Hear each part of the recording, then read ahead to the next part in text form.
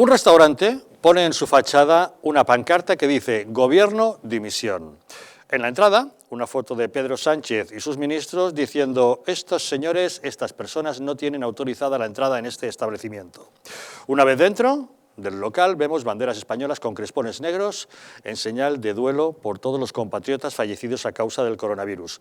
Y si pedimos un vino, resulta que en la botella, en la etiqueta, aparece una fotografía de Pedro Sánchez y de Pablo Iglesias, ambos vestidos de presidiarios y detrás de unas rejas.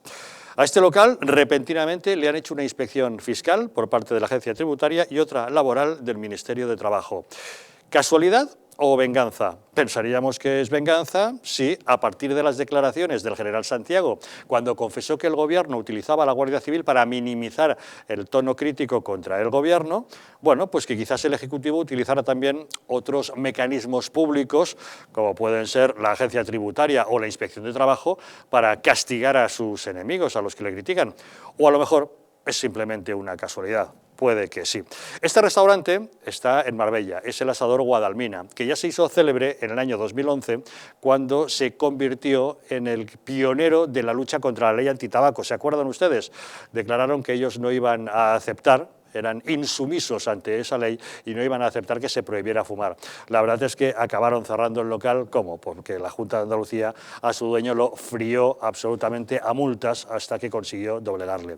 Hoy hablaremos con él para que nos cuente por qué esa libertad de expresión que él mantiene en su restaurante ha dado la casualidad de que ha coincidido con esa inspección fiscal de la Agencia Tributaria y esa inspección de trabajo que ha sufrido. Además de eso, nos preguntaremos en Crónica Política hasta dónde va a llegar esa nueva amistad que mantienen Ciudadanos y el Partido Socialista.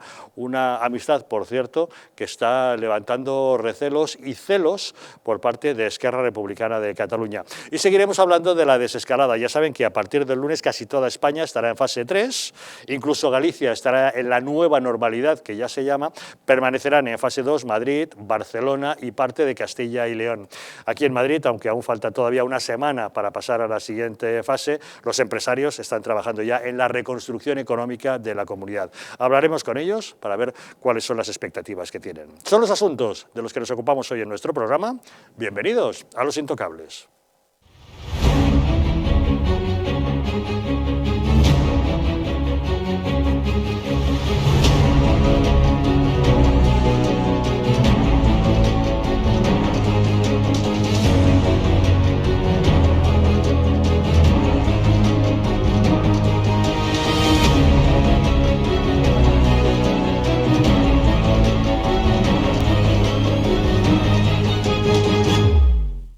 Muy buenas noches, pueden ustedes sintonizar Los Intocables en Madrid a través de las frecuencias 24, 45 y 57 de la TDT, en Aragón a través de la 8 de Zaragoza y en la Comunidad Valenciana a través de la 8 Mediterráneo. Saben que desde cualquier lugar de España o incluso del mundo nos pueden sintonizar a través de Internet. Cuentan para ello con dos diferentes direcciones, el distrito.es o distritotv.es. Nos pueden encontrar en nuestro canal de YouTube Distrito TV, en Facebook y en Twitter, y si quieren enviarnos mensajes a través del WhatsApp, tienen para ello el teléfono 669 72 86 73. Y para abordar los asuntos que hoy nos ocupan esta noche en la mesa de Los Intocables, nos acompaña don Fernando Martínez Dalmau. ¿Cómo estamos, don Fernando? Muy buenas noches a todos vosotros. Buenas noches, gracias por acompañarnos. Y también con nosotros Carlos Lacazi. ¿Qué tal, Carlos? ¿Cómo estás? Muy buenas noches, Javier, muy bien. Buenas noches. Encantado. Entramos en materia de inmediato, pero antes recordarles que siempre hay que aprovechar para comprar a los mejores precios. Por eso tenemos que ir a Muebles Adama, porque tienen unas ofertas increíbles. Sofá cheslón de 3 plazas con arcón, respaldos abatibles, 2 puffs y en diferentes colores por solo 799 euros. Ah, y no lo olvide, transporte y montaje gratuitos. Ya sabe, Muebles Adama, en General Ricardo 190 de Madrid, o bien en su página web mueblesadama.com. La juez del caso 8M, Carmen Rodríguez Medel, ha decidido archivar la causa contra el delegado del Gobierno en Madrid, José Manuel Franco, por falta de pruebas que demuestren que cometiera prevaricación por no haber prohibido la manifestación feminista. La ha archivado, pero ha reprendido al delegado por su pasividad ante la alarma sanitaria. A través de las diligencias realizadas, no ha quedado constancia de que el delegado del Gobierno hubiera recibido información oficial advirtiéndole de la peligrosidad de contagio del coronavirus, lo cual hubiera recomendado prohibir la celebración de grandes eventos multitudinarios como la manifestación feminista del 8 de marzo. Sin embargo, según publica hoy OK Diario, la Comunidad de Madrid advirtió a la delegación del Gobierno del riesgo extraordinario para la salud que suponía el coronavirus y pidió medidas de prevención. Según informa Carlos Cuesta, fueron 2 correos electrónicos remitidos por la Dirección General de Salud de la Comunidad el 7 de marzo, que es justamente la víspera de la manifestación feminista. En esos correos, el Gobierno regional le pedía a José Manuel Franco la adopción de medidas para evitar contagios y son relevantes porque, claro, el delegado del Gobierno, al declarar ante la juez Carmen Rodríguez Medel, negó haber recibido ninguna advertencia por parte de la comunidad. Aseguró que no había prohibido la manifestación feminista del 8 de marzo porque no tenía conocimiento de que entrañase algún riesgo. No puedo considerarme responsable del 8M porque no había ningún elemento, en aquel momento no había ningún elemento que me llevase a prohibir, fíjense, el ejercicio de un derecho fundamental, cuando se estaban celebrando muchos acontecimientos en Madrid que no tenían que ver con derechos fundamentales, con lo cual no había ningún elemento para prohibir la manifestación del 8M y, por supuesto, no está acreditado bajo ningún concepto que el incremento de casos que se dieron el día 9 tuviesen que ver con la manifestación del día 8. Ahora la juez ha determinado archivar la causa al considerar que no hay pruebas de que el delegado del Gobierno estuviera advertido del peligro de contagio, motivo por el que no prohibió esa manifestación feminista del 8 de marzo. Don Carlos Cuesta, muy buenas noches. Muy buenas, ¿cómo estáis? Bueno, pues vamos a ver, aquí dice el delegado del Gobierno de que nadie la advirtió, pero los correos de los que informas tú hoy en OK Diario vienen a demostrar al menos de que alguien sí que le había avisado. La Comunidad de Madrid le había dicho algo al respecto, ¿no? La Comunidad de Madrid efectivamente envió 2 correos el 7 de marzo por la tarde-noche, más noche ya que tarde, a las 20:46 y 20:47 horas. Nosotros hoy reproducimos, de hecho, en OK Diario los 2 correos. Los correos iban referenciados 2 textos normativos que habían sido, de hecho, impulsados por la Comunidad de Madrid. Y la argumentación de los 2 textos, que además se incluía expresamente en el texto y, por tanto, se hacía alusión en la remisión de los mails, indican el riesgo inminente y extraordinario para la salud pública, con frase textual. ¿A qué se está acogiendo José Manuel Franco y cuál yo creo que ha sido, bueno, aparte de la presión política, etcétera, cuál ha sido la clave para que la juez haya decidido archivar el caso, por cierto, provisionalmente? Es decir, si aparecen pruebas nuevas, no es un archivo definitivo, se puede reabrir. Pero ¿cuál es la clave de esta historia? Vamos a ver, José Manuel Franco, como delegado del Gobierno, él lo que esgrime en su defensa es que él es un cargo político. Dice, por lo tanto, yo tengo mis asesores médicos y mis asesores policiales. La declaración clave fue la del inspector jefe Correas. El inspector jefe Correas, que es el encargado realmente de decidir si se celebra o no se celebra una manifestación, ¿qué es lo que hizo? Cuando le llega la advertencia, por mucho que tengan determinados mails de la Comunidad de Madrid, él a quien se refiere es al responsable oficial. El responsable oficial, lo digo porque cuidado que esto va a tener mucha importancia a partir de ahora, el responsable oficial era el Centro de Alertas de Fernando Simón. Fernando Simón dijo en algún momento, no la Comunidad de Madrid, pero sí Fernando Simón dijo en algún momento que hacía falta llevar mascarilla. No, era la época en la que nos decían que a lo sumo habría algún caso por ahí. Era la época en la que nos decían que de llevar mascarillas nada, que a lo sumo podíamos generar alarmismo, que no eran necesarias, que el distanciamiento social tampoco era necesario. Era la época en la que todos decían que el riesgo era moderado. Claro, a partir de ese momento, ¿qué es lo que hace Franco? Franco dice, oiga, aquí está mi responsable, es decir, no es mi responsabilidad directa, sino que este señor es el responsable, y este señor, a su vez, tenía delante los informes del Centro de Alertas, y el Centro de Alertas le decían que no había ninguna responsabilidad. Resultado, archivada la responsabilidad penal de José Manuel Franco. Pero atención a lo que yo acabo de explicar. Esto significa que no ha eliminado para nada la posibilidad de que haya una responsabilidad penal por parte del Centro de Alertas, Fernando Simón, dependiente del Ministerio de Sanidad, Salvador Illa, dependiente del Gobierno de España, Pedro Sánchez. O sea, cuidado porque que se archive una querella no quiere decir que se archive la responsabilidad penal de forma general. Es decir, lo que se ha dicho es que no era responsable de tomar esa decisión el delegado del Gobierno de Madrid, porque él tiene sus asesores técnicos y sus asesores técnicos no recibieron advertencias expresas. Si nos fijamos en los correos de la Comunidad de Madrid, la Comunidad de Madrid obviamente incide en las 2 áreas que son responsabilidad suya, porque no puede hacer recomendaciones en materia de interior, en materia de control de orden público. Esa competencia en Madrid, que además no hay policía autonómica, corresponde exclusivamente al Gobierno central, Policía Nacional, etcétera. ¿Quién la comanda? El Ministerio de Interior. Los 2 mails enviados hacen alusión a 2 normas muy concretas. Al cierre de los centros y de las actividades que tenían los centros de mayores y a la prohibición de que desarrollen eventos, concentraciones el personal sanitario. ¿Por qué se centra en esas materias la Comunidad de Madrid? Porque las residencias o servicios sociales ya era competencia suya hasta que se decreta ese mando único del estado de alarma a partir del Real Decreto 14 de marzo y los sanitarios porque la sanidad, la salud, de nuevo es competencia adscrita a las comunidades autónomas por indicación directa de la Constitución. Por eso la Comunidad de Madrid se centra en esas áreas. Esas áreas, aunque se estuviera haciendo la indicación de que había un riesgo inminente y extraordinario a la salud, suponen a efectos jurídicos, una advertencia expresa de que la manifestación en concreto podía transmitir la enfermedad. No, jurídicamente no. A ese tecnicismo es a lo que se está agarrando en estos momentos la defensa de José Manuel Franco. Claro, pero Carlos, has mencionado un aspecto muy interesante.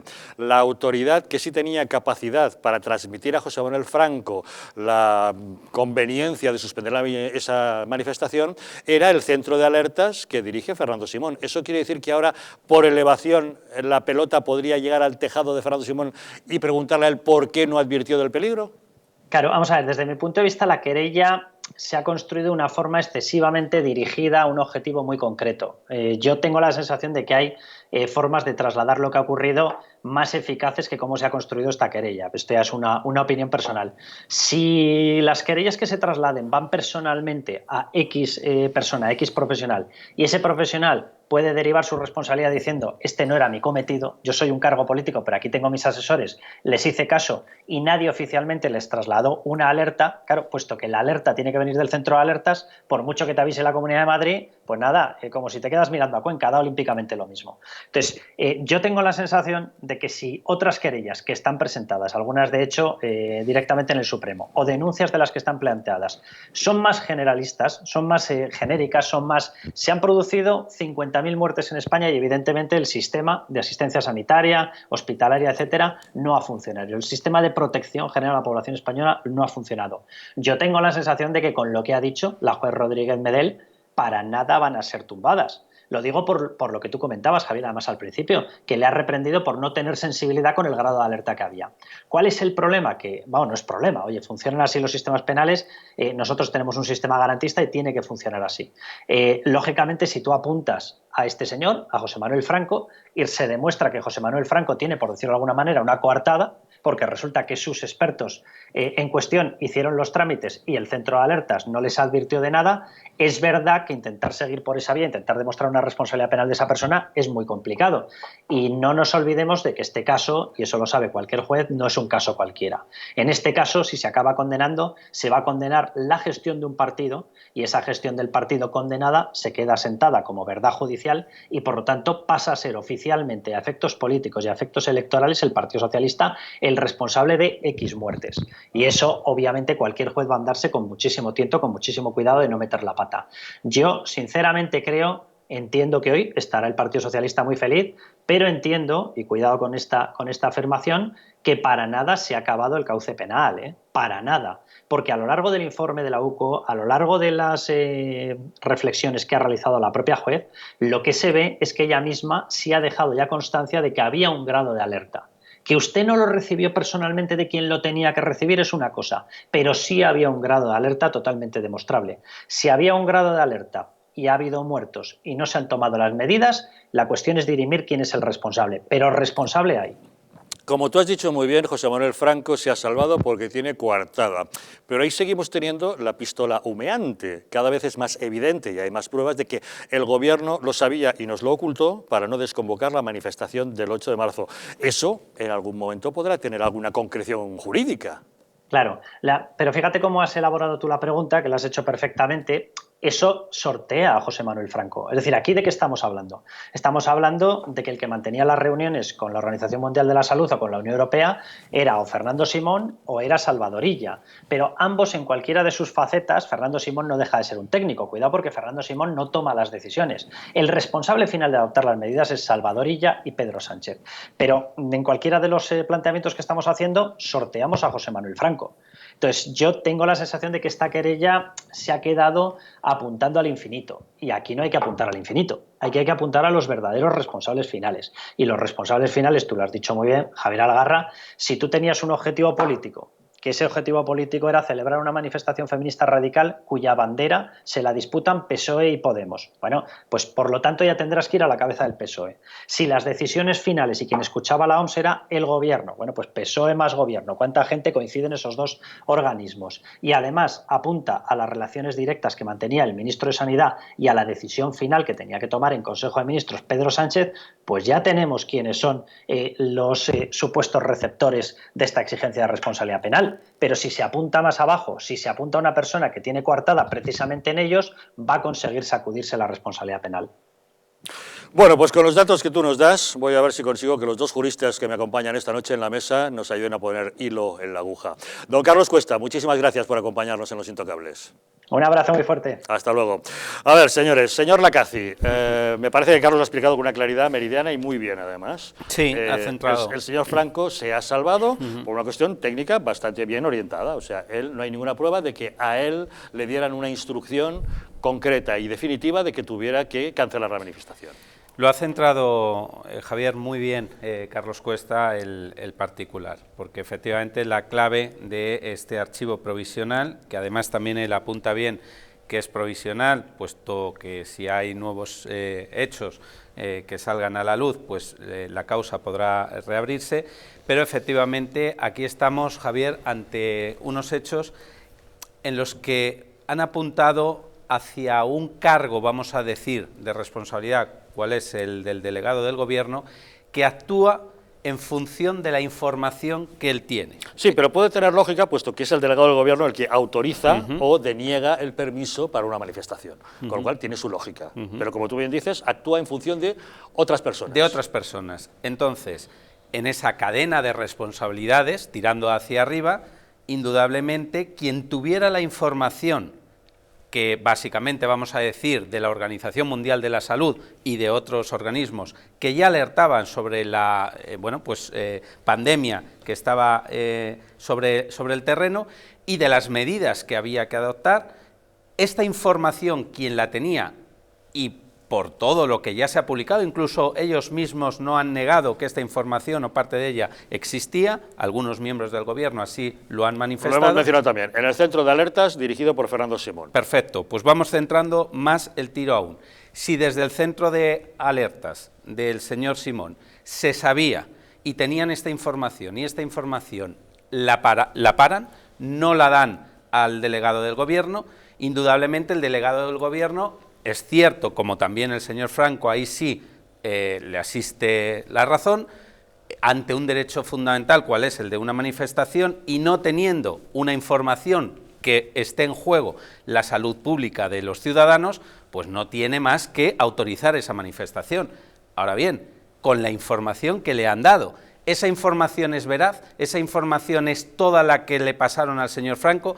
Esta vía, estos nuevos hechos, yo apuntaría que son los que, en caso de que salgan a la luz, en caso de que, la parte que se haya querellado pueda ponerlo como hecho nuevo, yo creo que la causa se puede reabrir. Y permíteme, Javier, por un poco apuntalar, porque también Carlos iba en esa dirección, pero yo amplío.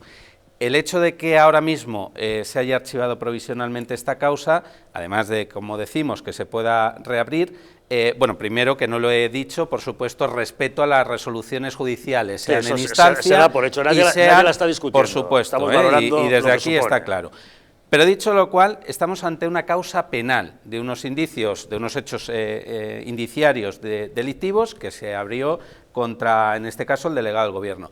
Pero aquí no acaban las posibles responsabilidades a depurar. Aquí habrá que ver si más allá de la vía penal, si más allá de la acción penal que se inició, hay acciones en vía civil, en vía administrativa y ya, por supuesto, en el particular de la responsabilidad política que pudiera tener cada uno de los miembros. Pero, desde luego, judicialmente hablando, no se acaba la responsabilidad con el tema penal que se ha abierto, con la acción penal. Tendremos que ver ahora qué pasa con esos familiares fallecidos. Ahora seguimos. Evidentemente hay más derivadas penales, al margen, por supuesto, de la civil. Fernando, parece que si se salva el delegado del Gobierno, al menos en esta instancia y en este momento, el siguiente paso, el siguiente escalón, es ver si el señor Simón de qué le informó, ¿no? Bueno, es que es mucho, yo creo que es muy compleja esta sentencia porque, claro, evidentemente se ha sufrido toda serie de presiones. Vemos también, como le denomino yo, la pieza separada del señor Pérez de los Cobos y todas las presiones que ha recibido. Entiendo, yo he aplaudido a Medel por lo que ha hecho y evidentemente acato y respeto su decisión. Y ahí he apuntado dos cosas que ella evidentemente lo establece y lo establece en su sentencia, como que no tenía conocimiento cierto, efectivo y técnico de la situación que se producía en aquel momento el día 8, y luego que no tenía una comunicación y órdenes en contra para prohibir, como muy bien estableces tú. Evidentemente en eso se basa esta sentencia. En este caso, bueno, hay ciertos hechos que bien apunta Carlos Cuesta, don Carlos Cuesta, que evidentemente por parte de la Comunidad de Madrid sí que existen esos mails, pero no implican directamente el hecho de prohibir o claro, de... pero o no hablan de la manifestación, hablan de medidas a adoptar en residencias de ancianos y que no haya concentración de estudiantes de medicina en actos sanitarios. Es decir, temas de su competencia, no de la manifestación, con lo cual no hay una relación directa. Sí, pero sí hay unos hechos de la propia... Pero sí hay una advertencia acerca del peligro de contagio, eso sí. Sí, eso es evidente, pero no existe la prohibición taxativa, con lo cual yo, si algo tengo que decir por parte de la comunidad y del ayuntamiento es que yo me hubiera opuesto radicalmente para que hubiera costado por escrito y para que me hubieran contestado por escrito, y entonces sí tendríamos caso encima de la mesa. En eso yo creo que estamos de acuerdo todos. Y segundo, lo que sí también es cierto y que también hace, y para mí es un punto muy importante, que desde luego no cambia el origen y el final de este fallo de la juez, que también existe por parte de dentro de la misma delegación de gobierno, existe una clara advertencia por parte de Fernando Talavera, que es el servicio, que es el ayudante del señor Franco, del delegado del gobierno, y el jefe de servicio de prevención de riesgos laborales, sobre los hechos que estaban ocurriendo en ese momento y se imponen ciertas medidas dentro de la delegación de gobierno. Luego, entonces, es evidente, por el fallo de esta sentencia y hablando de derecho estricto sensu, que no se le puede achacar un delito de prevaricación. Yo lo hubiera hecho extensivo posiblemente a lesiones imprudentes, homicidio imprudente, artículo 142, 141 o el 152, pero de todos modos él también podía haber argumentado lo mismo, que sus asesores en materia sanitaria y en materia de seguridad policial no le aconsejan desconvocar tal manifestación, con lo cual... Lo cierto es que esa instrucción, ese memorándum o ese dictamen no existe, con lo cual la carga de la prueba no la tenemos para directamente que salga condenado por un delito de prevaricación. Lo que es lo que siempre nos pasa a nosotros. Entre lo legal y lo ilegal está lo moral y lo inmoral, y en este momento para mí él tendría que dimitir. ¿Por qué? Porque sí tenía conocimiento. Claro, otra cosa es que no se pueda probar ese conocimiento. Pero luego le tenemos la extensión de los hechos, puesto que las sentencias no van por el rigor de las opiniones, sino por el rigor de los hechos. Y en esta sentencia, prueba de ello, que le ha tenido que pensar mucho y ha tenido que hacer un buen encaje de bolillos, que para mí es, jurídicamente hablando, es una sentencia buena en el sentido jurídico y bien motivada, en el cual no se puede apreciar el hecho jurídico de la prevaricación, artículo 404 de nuestro Código Penal. En cualquier caso, estoy muy de acuerdo, Fernando, con lo que apuntas. Yo añadiría también, vamos a ver, aquí, como hay otras querellas y hay otras denuncias encima de la mesa, incluso hay algunas que ya están en el Supremo, pues porque por los miembros del Gobierno aforados se han dirigido a la alta instancia. Aquí van a tener muy complicado, Javier, creo yo, que los que sí tuvieran esa información, vamos a hacerlo ahora al revés, teniendo la información que supuestamente, o vamos a decir ya, hechos probados, no tenía el señor Franco, porque así lo dicen los hechos probados en la sentencia, o al menos en lo que ha instruido la juez Medel. Claro, los miembros del Gobierno o, por ejemplo, este comité de alerta del señor Simón, de la oficina de alerta, que sí que tuviera la información, ¿cómo van a salir de esas querellas? Me pregunto, lo dejo un poco la pregunta al aire, puesto que se va a instruir y tocará a su señoría, pues igual que ha hecho la juez Medel, en primera instancia, pues juzgar estos hechos y hacer la valoración jurídica oportuna. Pero aquí me parece que van a estar más en fin, con menos colchón, vamos a decirlo así, Vamos Javier. a ver, si te refieres a Fernando Simón en concreto, está claro que él información directa tiene directamente de la Organización Mundial de la Salud, de los comités internacionales, de publicaciones de todo tipo. ¿Qué puede argumentar? Obediencia debida, ya sé que no es de eximente en ningún caso. No lo es porque... Pero podía argumentar que siguiendo órdenes del ministro, por ejemplo... Bien, pero ahí es donde digo, Javier, que le podría valer al señor Simón para ponerse de lado y que no le llegue la responsabilidad, pero en última instancia, al último responsable, sea el ministro, sea el propio presidente del gobierno... El propio ministro podía hacer lo mismo, que seguía órdenes del presidente del gobierno. Bueno, esto nos recuerda aquella causa, ¿no?, de quién era el señor X, ¿no? Del GAL. Recordemos. Del GAL, sí. Ojalá que aquí, por los muchos damnificados que hay, se aclare. Yo no digo que se condene, véase bien, ni que se absuelva, yo digo que se juzgue, pero que se llegue realmente a conocer los hechos. Y los hechos parece ser que alguien tenía esa información. En eso en esta mesa estamos de acuerdo, y fuera de esta mesa, en la calle, es evidente que es Vox Populi, que la información estaba. A partir de ahí vamos a ver si con la información que se tenía, las directrices o las decisiones que se hicieron fueron conforme a derecho o fueron prevaricación o algo más, como apuntaba Fernando, que podría haber sido.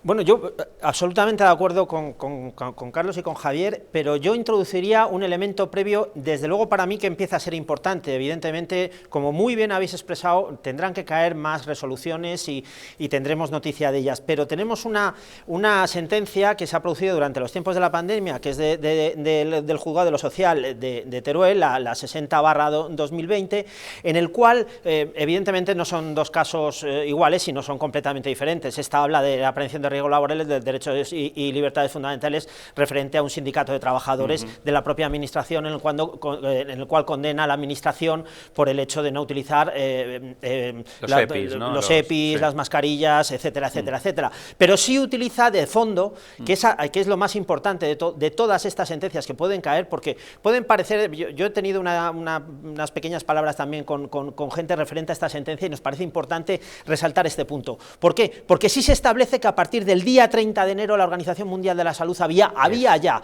y prueba de ello que esta sentencia son 51 folios, bastante farragosos, pero también muy buena sentencia, porque ya establece el principio de que ya había advertencias reales, por eso esta sentencia es condenatoria a las administraciones provinciales y nacionales, con la salvedad de que establece expresamente que a partir del 30 sí se producen por parte de la Organización Mundial de la Salud y por parte de las diferentes administraciones nacionales y provinciales avisos, que no órdenes, por eso no entramos dentro de la prevaricación, sino que podemos entrar en un tipo o posibles subtipos, en el cual ya podemos entrar dentro de lo que puede ser otra vía, que bien podría ser también extensible a la vía civil o a la vía administrativa, pero también con bastante causa penal en ella. Esto como apunte. Y segundo, para mí muy importante es que en este momento no se hagan, como muy bien decía Carlos, los dos Carlos, en este momento Carlos Cuesta y tú, que no sean específicas las denuncias que se establezcan, y que en este caso podamos abarcar lo máximo posible, puesto que las denuncias específicas solamente tienen un recorrido, y este recorrido lo estamos viendo, siempre va a estar mediatizado por el poder político, que en este momento está intentando de alguna manera ejecutiva intentar llegar hasta el final de las cosas, porque vuelvo a poner el ejemplo del coronel Pérez de los Cobos y la presión mediática que ha existido sobre ello, en el cual podríamos entrar a hablar de los posibles delitos que ha podido incurrir el mismo ministro del Interior, que en fin, que ahí está, ¿no? Yo subrayo también el tema de las posibles derivadas que pueda tener todas estas, todos los hechos que bien de forma negligente o bien directamente irresponsable, pues alguien tuvo que hacer. Yo no voy a desvelar quién es ese alguien, se derivará de esas posibles responsabilidades en los juzgados. Pero sí decir, y lo habías apuntado de alguna manera también, decía el propio Séneca, que lo que las leyes no prohíben, pueden prohibirlo la honestidad, ¿no? Es así. Quiero decir, cuando todo esto acabe, cuando pasen todas las causas penales, civiles que vendrán, administrativa, por responsabilidad patrimonial de la administración, bueno, pues se depurarán aquellas responsabilidades, insisto, que en vía judicial pues estén depurando, ¿no? pero habrá unas que habrá que depurar en cualquier momento, en cualquier lugar, en cualquier fecha y bajo cualquier premisa, que es la propia responsabilidad política de aquel o aquella gobernante o responsable política, a su vez, que pudiendo haber evitado un mal menor, o un mal mayor, vamos a decir en este caso, pues o bien miró para otro lado, o bien, bueno, pues no, vamos a ver, en una empresa, yo lo decía aquí en una semana anterior, cuando el CEO de una empresa, cuando el responsable de una empresa se equivoca gravemente, y esto lleva a unas pérdidas, por ejemplo, de la empresa, o a una decisión equivocada, ese responsable paga un precio, normalmente pues que le echan de la empresa, mínimamente, o le ponen una sanción o su propia dividendo pues se ve afectado porque no cobra lo que debería de cobrar pues por esa mala decisión. ¿Los políticos alguna vez, la gestión política, depurarán sus responsabilidades ante un fallo, vamos a decir ya no judicial, vamos a quitarnos, querido compañero, la toga ahora, y vamos a decir que depurarán su responsabilidad por haber faltado a la honestidad, véase, por no haber sido justos, por haber hecho una decisión no justa? Pues eso es lo difícil. Tendremos que ver. ¿Darán explicaciones por una mala gestión, por haber despilfarrado nuestro dinero que es público? Tú ponías el ejemplo de un CEO de una compañía que si da pérdidas a los accionistas, le despedirán, le cesarán, le pedirán explicaciones. Nuestros dineros de nuestros impuestos es nuestra participación, son nuestras acciones en la gran empresa que es el Estado, la nación española. Así es. Nuestro CEO es nuestro gobierno, que administra nuestro dinero. Total. Si lo desperdicia y lo malgasta, nosotros te podemos pedir explicaciones. Solamente a través de las urnas. Sabía, Javier, perdona, déjame que matice, porque algunas veces cuando ponemos esto encima de la mesa dicen, oiga, usted ahí tiene las urnas y usted ahí le perjudica. Bien, eso es el papel democrático, efectivamente, esa es la responsabilidad también de los que votamos. Pero, oiga, si durante 4 años hay unos fallos de bulto, hay una responsabilidad que excede a llegar a esos 4 años, digo yo que en el entretanto, Javier, podrán asumir esa responsabilidad. Para eso están las mociones de censura, que también funcionan también con aritmética responsabilidad parlamentaria. De la oposición, también responsabilidad sí, pero de la oposición. aritmética parlamentaria. Lo que ocurre. Con lo cual... complicado, me lo está fiando... Dese usted Javier, por, es lo que se suele decir. Me lo está confiando complicado. No obstante, lo diremos por activa y por pasiva. Más allá de la responsabilidad penal, hay una responsabilidad también política que se tiene que depurar. Pero yo lo que creo que no podemos perdonar desde ningún punto de vista, seamos profesionales, profanos y tal, ha sido la injerencia del poder político a través del ministro del Interior, que era, vuelvo a repetir, el señor del Faisán, el señor que decía que no salía ni un punto ni una coma, aquí lo he dicho varias veces, yo ese sumario lo he tenido encima de la mesa y sabía cuáles eran las instrucciones. Cómo a través de, ha querido mediatizar a la Guardia Civil, ha querido mediatizar directamente al Poder Judicial, ha querido entrometerse dentro de todas estas vías para salvar políticamente a un señor como Sánchez, a un señor como Illa. Como bien dices, esa pieza separada tendrá su propio recorrido, sin lugar a dudas. Bueno, vamos a hacer una pequeña pausa y seguimos. Como saben, vamos continuando con el tema de la desescalada. El próximo lunes ya el 70% de la población española estará en la fase 3. Galicia incluso estará en lo que llaman ya la nueva normalidad y únicamente permaneceremos en fase 2 Madrid, Barcelona y gran parte de Castilla y León. La verdad es que Madrid ya ha anunciado hoy que el próximo lunes solicitará pasar a la fase 3 el día 21 de junio, cuando ya decaiga el estado de alarma. Y para prepararse para ese entonces, todos los empresarios madrileños están ya trabajando para ponerse ya manos a la obra con la recuperación económica, que después de la pandemia y el carácter sanitario vienen los efectos económicos que van a ser muy graves y los empresarios se han puesto ya manos a la obra. Pausa y les contamos.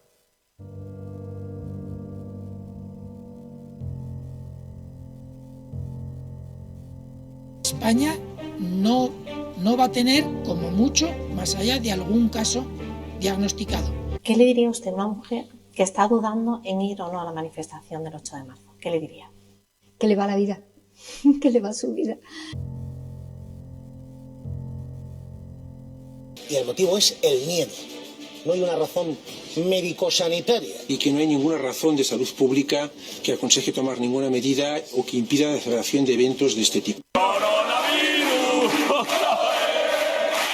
Denunciábamos que los medios estábamos siendo demasiado alarmistas con el coronavirus. ¡Vamos a morir todos! ¡Estefanía! ¡Estefanía! ¡Gritad Estefanía! No hay nada de qué preocuparse. preocuparse, estamos muy tranquilos, ¿vale?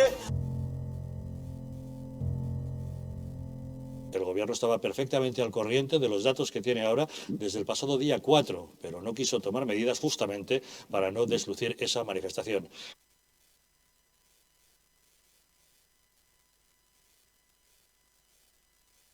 Para que no se vuelva a repetir, colabora con nosotros y lucharemos por ti.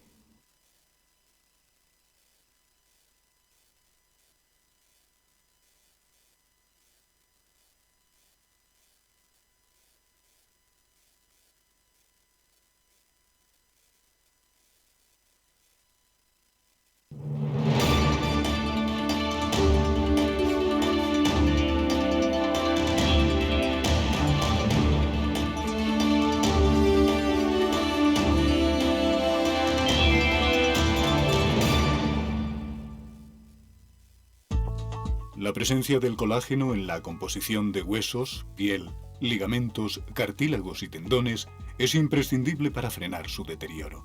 Sin embargo, a medida que envejecemos, su producción se reduce. Colacel Antiox de Mundo Natural combina en una misma toma colágeno hidrolizado puro, antioxidantes, ácido hialurónico y vitamina C que contribuye a la formación normal de colágeno. Haz del tiempo tu gran aliado. Colacel Antiox. ¿Está hundido tu colchón? ¿Estás cansado de tu viejo sofá? Ven a Muebles Adama, te fabricamos tu sofá o tu colchón a medida. Y no se te olvide preguntar por el dormitorio juvenil de tus hijos. Recuerda que tenemos descuentos especiales en muebles de salón. Estamos en la calle General Ricardos 190, Metro Oporto. Teléfono 91 525 2941 y en www.mueblesadama.com. Un estilo de vida saludable, la dieta y el ejercicio físico ayudan a disminuir los niveles de colesterol. Divecol Forte de Mundo Natural contiene cardo mariano, coenzima Q10 y levadura de arroz rojo que aporta 10 miligramos de monacolina K que contribuye a mantener niveles normales de colesterol sanguíneo. Protege tu corazón, protege tu salud. Divecol Forte de Mundo Natural.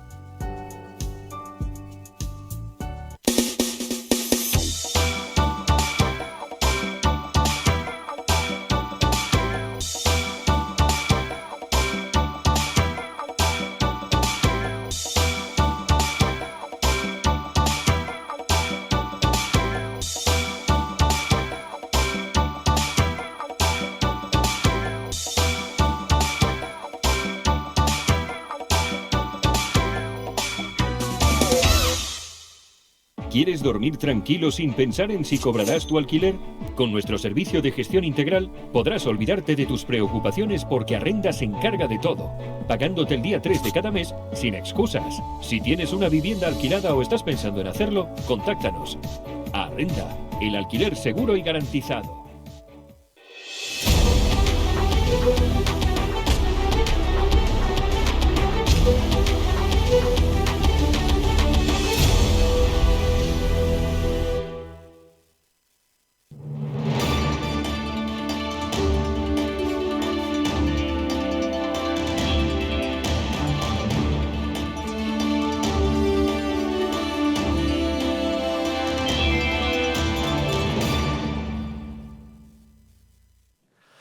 ¿Quieres dormir tranquilo sin pensar si vas a cobrar el alquiler? ¿Quieres arrendar tu vivienda? ¿La tienes ya arrendada pero tienes problemas de cobro?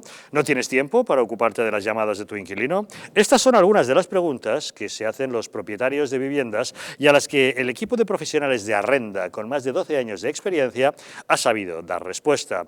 Seguro de impago, asesoramiento especializado, departamento legal propio para resolver judicialmente cualquier problema con tu inquilino sin que tengas que hacer ningún desembolso y tantas otras cuestiones. Arrenda es un referente del sector inmobiliario que destaca por asegurar y garantizar a los propietarios el cobro de su renta el día 3 de cada mes. Si usted también quiere olvidarse de las preocupaciones y cobrar su renta el día 3 de cada mes, infórmese sin compromiso llamando al teléfono gratuito 900 120 121 o entrando en su página web arrenda.es.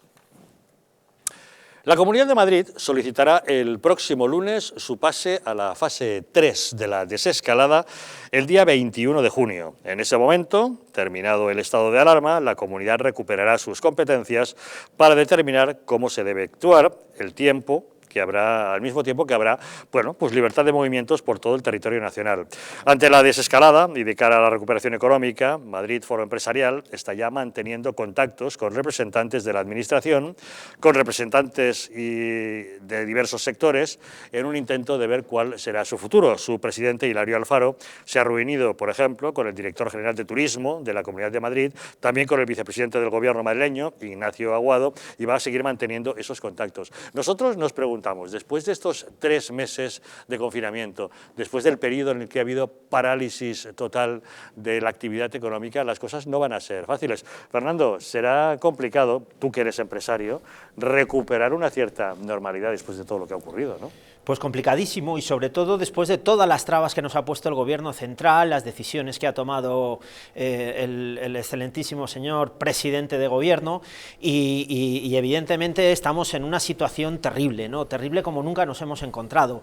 La destrucción de puestos de trabajo es un hecho, los ERTEs pasan a ser ERES, las empresas que tenían dificultades no les ha llegado los ICOs, no han llegado ni siquiera las ayudas. Me pasaban datos de que incluso las ayudas al alquiler y las ayudas a las limpiadoras ni siquiera habían llegado. Tengo noticias de que en la mayoría de los casos los ERTEs están paralizados y que tampoco han llegado las ayudas a los trabajadores, con lo cual les llevan 2-3 meses sin cobrar un duro, y tienen las tarjetas en este momento llenísimas. En fin, es una paralela a la pandemia médica, hemos tenido una pandemia política, social en este momento, económica, que va a ser muy difícil, ¿no? La pequeña y mediana empresa, que es el 99,9% de nuestro tejido industrial, pues está deshecha. Los empresarios, los que, bueno, yo tengo amigos en la CEIM y en la CEPIME, y evidentemente están pidiendo toda clase de ayudas, y tampoco existen estas clases de ayuda. Yo me despertaba antes de ayer, con el dato de Zara, que iba a cerrar alrededor de 400 tiendas, 400 millones de euros en pérdidas, y es desolador. Evidentemente, lo único que nos puede salvar, que evidentemente esto lo hemos tratado con economistas y estamos pidiendo ayuda desde España, lo único que nos puede echar una mano es la Comunidad Económica Europea, y yo lo que opino es que, por favor, el dinero no pase por el Gobierno central, porque es que se van a ir a chiringuitos sociales, a tonterías, cuando realmente se tiene que ir a la creación de empleo. Libera fondos para que vengan a España, será a cambio de unas condiciones leoninas y garantizará su cumplimiento. Yo espero que vengan los hombres de negro. Me dicen que no va a haber hombres de negro, pues yo pondría el doble de hombres de negro con esta gente. O sea, yo mandaría al conde Drácula, incluido aquí, a que se pusiera al lado de Sánchez para que le chupara la sangre en el momento que no llegara un duro a la pyme y a los autónomos. Nos hemos cansado, sobre todo desde esta televisión de la libertad, en hablar de que nos dieran ayudas a los autónomos, que nos ayuden con los impuestos, que nos ayuden con las empresas. No han ayudado nada. Absolutamente nada. Es que han pasado 3 meses, señores, 3 meses en este momento, pero ya no es que nos hayan ayudado a nosotros, que mal o bien o regular o peor intentaremos volver a crear empleo y volver otra vez a la actividad industrial, sino que es que en este momento, y para mí es lo más importante en este momento, la sociedad, las familias, los trabajadores, porque repito, yo tengo conocimiento de trabajadores que los dos estaban trabajando, que vivían en su piso y que desde hace 3 meses no cobran un duro, y en este momento deben 3 meses de alquiler. Tenemos que estar al lado de esa gente y dejarnos de política, tenemos que estar al lado del español, tenemos que estar al lado del que crea empleo, del bar, tomarnos la caña con el del bar, pero lo que no podemos estar ya más es perdiendo el tiempo con temas políticos. Este Gobierno ha demostrado su ineptitud médica en este momento, social, y posiblemente en este otoño veremos cómo será política y económica. Pues muy de acuerdo, Fernando, en este punto. La pandemia sanitaria, pues afortunadamente parece que está remitiendo, ojalá que no vengan los temidos rebrotes. Pero la pandemia económica, vamos a denominarla así, la grave crisis económica que está azotando ya, que lleva azotando ya durante estos 3 meses desde que comenzó la crisis sanitaria en España, particularmente, que es donde nos debe de preocupar y ocupar, bueno, pues también salvar nuestros propios muebles, es terrible, es terrible. Nosotros, como despacho de abogados, Javier lo sabe porque lo hemos comentado en este programa en algunas ocasiones cuando nos han pedido opinión para ello, no dejamos de recibir consultas que ya más allá de consultas jurídicas diría que son gritos desesperados de sálvenos, ¿qué podemos hacer? obviamente nosotros ya nos gustaría, pues no tenemos ese salvavidas, ¿no? Tenemos, bueno, pues asesoramiento legal que para ofrecer, que en algunos casos pues les sirve un poco de muro de contención o para ver qué tipo de ayudas pueden recibir, pero es que incluso cuando les decimos esas ayudas que en el propio decreto están escritas y en el BOE muy bien puesto, pues resulta que no llegan y siguen sin llegar. Es de vergüenza que nos siguen llamando esta semana que acaba, a principio de semana. Personalmente tuve 2 llamadas desesperadas de 2 autónomos y de varios trabajadores, los trabajadores por su parte que no habían recibido todavía los ERTES, que llevaban 3 meses o 2 meses largo ya en situación de suspensión de empleo y no habían recibido todavía el dinero destinado a tal fin. Y no tenían otra renta, no podían conseguir más ingresos. Y autónomos que por su lado habían solicitado los famosos, que aquí también lo hemos dicho, préstamos ICO, y que a día de hoy, tururú que te vi. Pues esa es la situación en la que se encuentran los autónomos, los comerciantes, los pequeños empresarios, los medianos empresarios, grandes empresas, todo un problema. Tenemos comunicación con Hilario Alfaro, él es el presidente de Madrid Foro Empresarial. Señor Alfaro, muy buenas noches. Hola, buenas noches. Estamos aquí analizando la preocupante situación de las empresas y concretamente en Madrid. Usted recientemente, esta misma semana, ha mantenido conferencia por videoconferencia con el vicepresidente de la Comunidad de Madrid, con Ignacio Aguado, y él les ha prometido un escudo social para familias y empresas. ¿Nos puede decir en qué términos? Pues la verdad es que no mucho, porque no tuvimos mucho tiempo de hablar. Eso fue lo que dijo, pero tampoco especificó y siempre hablamos de no dejar a nadie atrás, pero como me ha parecido oír al invitado anterior, hay ERTE sin cobrar, hay ICOs que se lo dan a quien lo puede devolver, pero no a quien más lo necesita. Bueno, yo creo que está todo muy en el aire. Don Hilario, pues el tema es muy preocupante. Me imagino que ustedes, como Foro Empresarial, están recibiendo constantemente consultas de muchos empresarios, emprendedores, comerciantes, autónomos incluso, que les estarán preguntando qué se puede hacer en estos momentos. Y me da la impresión de que las medidas que ha decretado el Gobierno no resultan de gran ayuda. Son las que llegan, otras ni siquiera están llegando. No, desde luego. Nosotros lo que hemos propuesto, y se lo propusimos ayer al vicepresidente y lo hemos propuesto a nivel nacional, es que se montaran mesas de expertos empresariales para realmente encontrar las posibles soluciones a la situación que estamos viviendo desde hace 3 meses. Los ERTES, desde luego, hay que alargarlos por lo menos hasta diciembre de este año, que ahí está la COE peleando a ver si es verdad, pero por ejemplo en Francia ayer se empieza a estudiar alargarlos 2 años. Necesitamos una certidumbre que ahora mismo no tenemos, una flexibilidad para salir y entrar en los ERTES que tampoco está claro, unos créditos directos a las empresas que han llegado en Francia, en Italia, en Alemania, que aquí no hay ningún crédito directo a la empresa. Bueno, aquí todos son moratorias y endeúdate más a través de los ICOs que ya lo acabarás devolviendo, pero necesitamos un marco legal con ayudas directas a las empresas.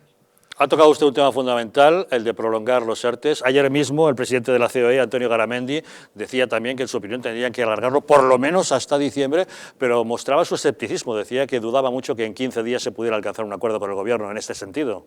Bueno, me parece que le ha puesto fecha que para el 15 de junio tiene que estar, o sea, no podemos estar con esa incertidumbre, ni los trabajadores ni las empresas.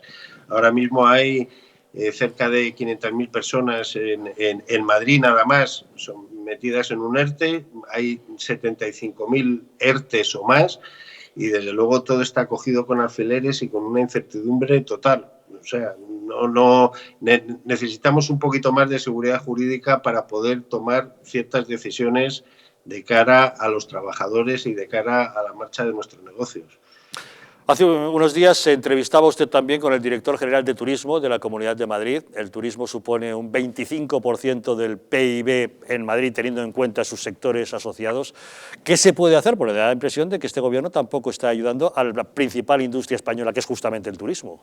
Cuando hablas de gobierno, ¿hablas de comunidad o hablas de gobierno-nación? Pues mire, ahora que me lo menciona, si tengo que hablar del gobierno de la nación, teniendo un ministro como el que tenemos, que el turismo dice que no tiene valor añadido, que es sectorial y que es un asquito, pues mala imagen estamos dando fuera.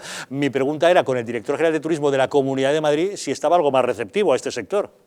Pues mire, yo creo que el estar en manos de los políticos, da igual que sea de la comunidad o del Estado, a veces hay muy poquita diferencia. Cuando nosotros le preguntamos por qué presupuesto tenía de entrada, qué presupuesto había para turismo y comercio en la Comunidad de Madrid, nos dijo que no lo tenía muy claro porque acaba de llegar. Cuando le decimos que qué plan y qué presupuesto tiene para el relanzamiento del turismo de Madrid, pues no hay. Realmente, si coges el presupuesto del 2020, el turismo le dedican el 0,0 no sé qué, más el 0,036 que dedican a comercio, no llegamos al 1%, cuando somos, entre comercio y turismo, el 25% del PIB de la comunidad. Tienen que hacer un esfuerzo extraordinario en presupuestar para vender Madrid y la Comunidad de Madrid fuera de nuestras fronteras y en destinos de largo recorrido, sobre todo, que son los que realmente son los que más gastan, y Madrid es la ciudad, junto con Barcelona, las más golpeadas por el COVID. Tienen que hacer un esfuerzo extraordinario que por ahora ni está ni se les espera. Estamos viendo, señor Alfaro, que en otros países, si quieren potenciar el turismo, el gobierno regala bonos a los ciudadanos para que los gasten en sus hoteles nacionales. Estamos viendo otros gobiernos que dan ayudas directas a los comercios o incluso a las familias. Estamos viendo otros que temas parecidos a los ERTEs los están alargando en el tiempo. ¿Tan difícil es que nuestros gobernantes miren ahí fuera para coger ideas de cosas que se pueden hacer con sentido común? Nosotros lo que pedimos es que copien lo que está funcionando y lo que están haciendo fuera. En Italia, por ejemplo, los alquileres de los locales, tú llegas a un acuerdo con la propiedad de tu local y en periodo de alarma has llegado a un acuerdo de pagar el 50% que pagas te lo deduces de tus impuestos. Eso es una ayuda directa al comercio. La suspensión de las hipotecas a las personas que pierdan su empleo en los próximos 6 meses con un máximo de 18 meses. Eso han hecho en Francia. En Alemania han bajado el IVA del 19 al 14 o al 15, me parece. Hemos pedido la anulación del impuesto de sucesiones y de donaciones para todos los fallecidos por el coronavirus, que eso también lo han hecho por ahí. En Portugal, a todos los hoteles y a toda la restauración le han quitado, le han eximido el impuesto de sociedades este año. Me refiero, Francia ayer con lo de alargar los ERTEs 2 años. Por favor, que copien lo que está funcionando allá si no se les ocurre cosas concretas para nosotros. Pero que toda Europa está en la misma situación, toda Europa tenemos las mismas reglas de juego, pero el empresario español, la pyme española recibe 6 veces menos ayuda que una alemana. Así es muy difícil competir. La verdad es que me sorprende que hace falta que pase para que el gobierno abra los ojos, porque asistimos atónitos cada sábado al lo presidente, en el que vemos a un Sánchez muy pagado de sí mismo diciendo la cantidad de cosas que ha hecho, pero yo la impresión que tengo, corríjame si me equivoco, es que ayudas directas no ha habido ninguna y que lo único que está proponiendo el gobierno es aplazar la deuda. Le doy un crédito o le facilito que el banco le dé el crédito, pero aplazo deuda, no le estoy condonando absolutamente nada. No, o sea, volviendo al tema de los alquileres, que es el caso más tangible, aquí se ha hecho una ley que ha llegado muy tarde, una normativa que es, oiga, yo le obligo a cerrar a usted durante 3 meses, pero usted tiene que pagar el 100% de su renta a la propiedad. Eso sí, le doy una moratoria de 4 años para hacerlo. Eso no puede ser. Si nos han obligado a cerrar, el Estado se tiene que hacer cargo del daño patrimonial que nos ha hecho y no nos puede obligar a ingresos cero tener que seguir pagando al 100%, que es lo que pasó con la cuota de autónomos. O sea, ¿qué es lo que tienes que hacer? Me pregunta Javier. Escuchar a los empresarios, montar esas mesas de expertos empresariales por sectores, tanto la Comunidad de Madrid como el Estado. Y ahí está lo que monta la COE la semana que viene con grandes empresas, pero que son grandes empresas, que es una vida distinta a la de las pymes, que lo ha montado por su cuenta. Ya que el Estado no lo monta, pues lo montan ellos. y pasan 130 grandes empresarios. Pero una cosa es la vida de la gran empresa y otra cosa es las pymes, que al final somos el 96% del tejido empresarial. Pues usted se está dejando la voz de tanto pedirlo, que se monten esas mesas sectoriales con expertos. No le están haciendo ningún caso. No me están haciendo ningún caso y mira que me duele reconocértelo. No me están haciendo ningún caso y soy muy incómodo para la administración a todos los niveles. Pero bueno, eso va en el sueldo, que es cero en mi caso. Pues le pedimos que lo siga intentando por el bien de todos esos empresarios que están mirando hacia Madrid Foro Empresarial, hacia organizaciones que están tratando de reactivar la maquinaria económica de Madrid, que, como usted dice, se ha visto obligada a parar por orden gubernativa y nadie está pagando los platos rotos. Don Hilario Alfaro, seguiremos en contacto y espero que tenga suerte a la hora de convencer a los gobernantes de que algo tienen que hacer para salvar la situación económica. Pues muchas gracias por vuestro interés y vuestro apoyo, que siempre lo hemos sentido. Un saludo, hasta una próxima ocasión. Muchas gracias. Hasta luego. Como veis, el tema está muy complicado porque los empresarios tienen bien claro una serie de cosas que hay que hacer. Y además don Hilario le dice, claro, miren fuera y copien si esto está todo inventado. Hilario lo que pone al final encima de la mesa es la realidad que él además desde su foro pues ve todos los días, nosotros en el despacho también. Y parece, como tú bien has apuntado, Javier, que el único que no lo ve o no lo quiere ver ni escuchar es el propio gobierno.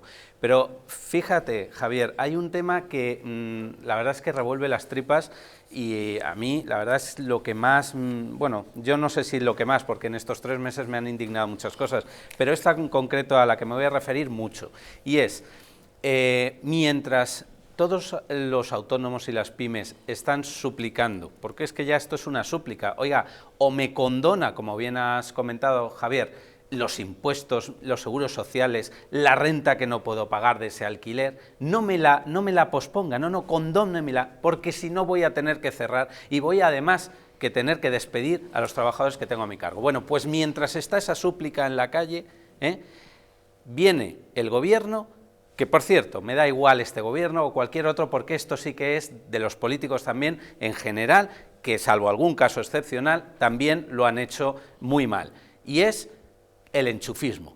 Y viene el amigo del gobierno, en este caso, de Pedro Sánchez, y le contrata en plena pandemia, en plena súplica de autónomos y de pymes y de trabajadores que están suplicando, que ya no pueden más, que no tienen ni un ingreso. Coloca a su amigo con un sueldo de 90.000 euros. Con 90.000 euros a su amigo. Pero oiga, fíjese lo que voy a decir, ¿no se puede esperar? Ya no le digo no lo haga, porque el enchufismo a mí me parece fatal, pero vamos, a mí yo creo que a la sociedad de a pie, pero bueno, pero no se puede esperar, ¿de verdad que tiene que hacerlo mientras está cayendo la sangría, ya no solo sanitaria, sino económica? Comprensivo, era su amigo de infancia, jugaban juntos al baloncesto, hombre. Javier, ¿a quién va a colocar? Si no es a su amiguete es que salvo esto, es que con esto, todo lo demás ya que digamos, realmente huelga, porque les entra por un oído y les sale por el otro. Corazón, ¿pero qué corazón? Servir porque son servidores públicos, lo ha apuntado muy bien Javier, les pagamos el sueldo, somos los accionistas de esta empresa que se llama España y de este CEO que se llama en este caso Pedro Sánchez pues, y de su equipo de gobierno. Nuestros administradores nos están arruinando. Hombre, ya está. Nos han arruinado. Total.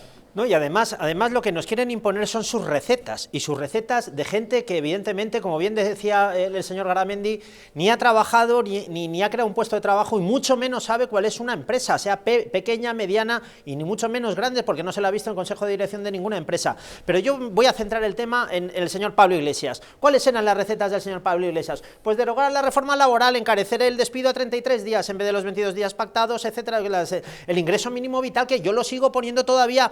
Evidentemente hay que ayudar a las familias que están desprotegidas, pero no le llamemos ingreso mínimo vital, porque no podemos tener subvencionado cerca de 3 o 4 millones de personas, porque cuando esto se acabe tendremos un problema. Cada vez pronuncia más veces la palabra nacionalizar. Sí, claro, es que por ahí voy, a gravar el patrimonio, o sea, nacionalizar el patrimonio de todos los españoles, en vez de haber ido por la renta de las personas que más ganan en este momento, que no sé quién pueden ser, porque todos vivimos de un sueldo, pues a grabar ese patrimonio, que es lo poco que queda de riqueza nacional y de riqueza de las familias. Y intervenir el mercado de la vivienda. Pero es que esta gente se ha vuelto loco, es que nos quieren quitar nuestra propia propiedad privada, que tenemos derecho a ella con nuestra libertad, crear una tasa de reconstrucción. Pero es que este señor sabe lo que es esto, cuando no ha trabajado en su vida en la empresa. ¿Pero qué tasa de reconstrucción? ¿Qué nos van a grabar? ¿Todavía con más impuestos? Pero es que encima, lo que es peor, es que esto, por parte de la izquierda o de la izquierda radical, si no toda la izquierda es radical en este momento, pero es que estamos todavía con los presupuestos generales del señor Montoro. Es que no son capaces de elaborar ni siquiera unos presupuestos ni presentarlos. No quiero decir que los aprueben, que los presenten, para que nosotros sepamos realmente qué es lo que hay que hacer. Y luego tenemos,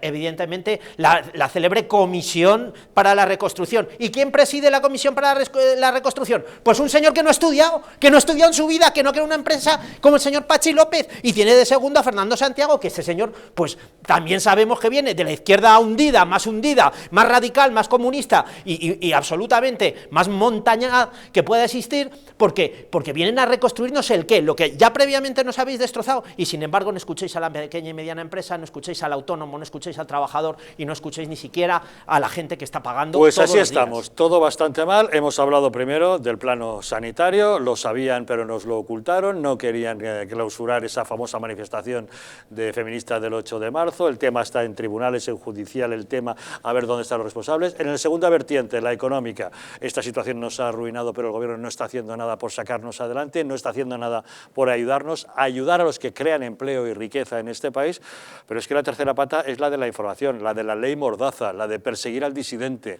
la de castigar al crítico. ¿Ustedes creen que si ustedes ponen una pancarta que diga gobierno dimisión, el gobierno va a castigarles, no sé, haciéndoles una inspección de Hacienda, por ejemplo, o una inspección de trabajo? No, ¿verdad? Eso sería exagerado, ¿no? Si eso ocurre, será una casualidad, ¿no? Puede que sí. Una pequeña pausa y nos lo preguntamos.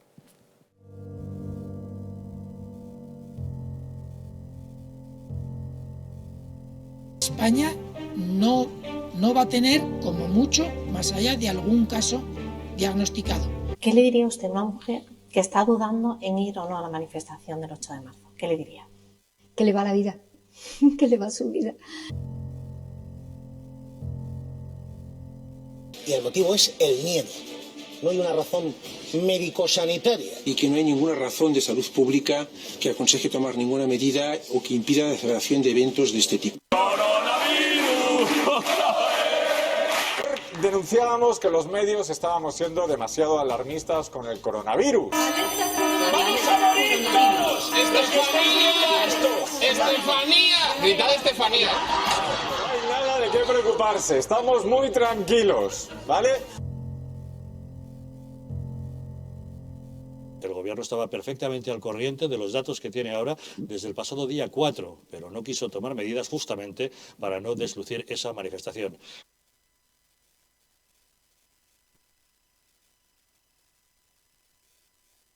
Para que no se vuelva a repetir, colabora con nosotros y lucharemos por ti.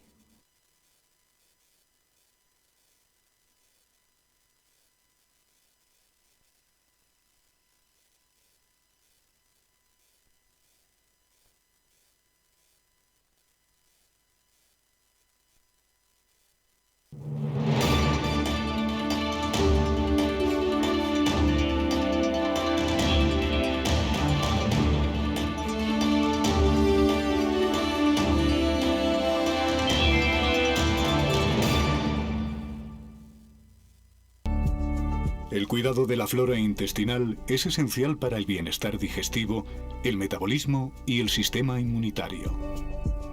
La combinación de prebióticos y probióticos de Symbioline Megaflora, con 2 mezclas estandarizadas de LA5 y BB12, aporta más de 35 billones de microorganismos vivos.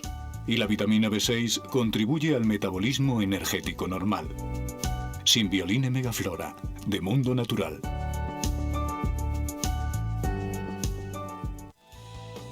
En Alurin Clinic la medicina se convierte en cuidado y belleza gracias a nuestros expertos médicos estéticos y cirujanos plásticos. Escuchamos al paciente, diagnosticamos y ofrecemos las mejores soluciones médicas adecuadas para cada caso. Rejuvenecimiento facial, ojeras, labios y un largo etcétera se tratan con una amplia gama de técnicas novedosas y productos de primera calidad. Nuestra reciente unidad de cirugía estética también es capaz de cubrir tus necesidades quirúrgicas desde el primer momento o aportar ese plus cuando la medicina estética no llega. Consúltanos acerca de la pérdida de peso bajo control médico, porque realmente nuestros pacientes son especiales para nosotros. En Alurin Clinic encontrarás cómo llegar a tu mejor yo. ¿Quieres dormir tranquilo sin pensar en si cobrarás tu alquiler? Con nuestro servicio de gestión integral podrás olvidarte de tus preocupaciones porque Arrenda se encarga de todo, pagándote el día 3 de cada mes sin excusas. Si tienes una vivienda alquilada o estás pensando en hacerlo, contáctanos.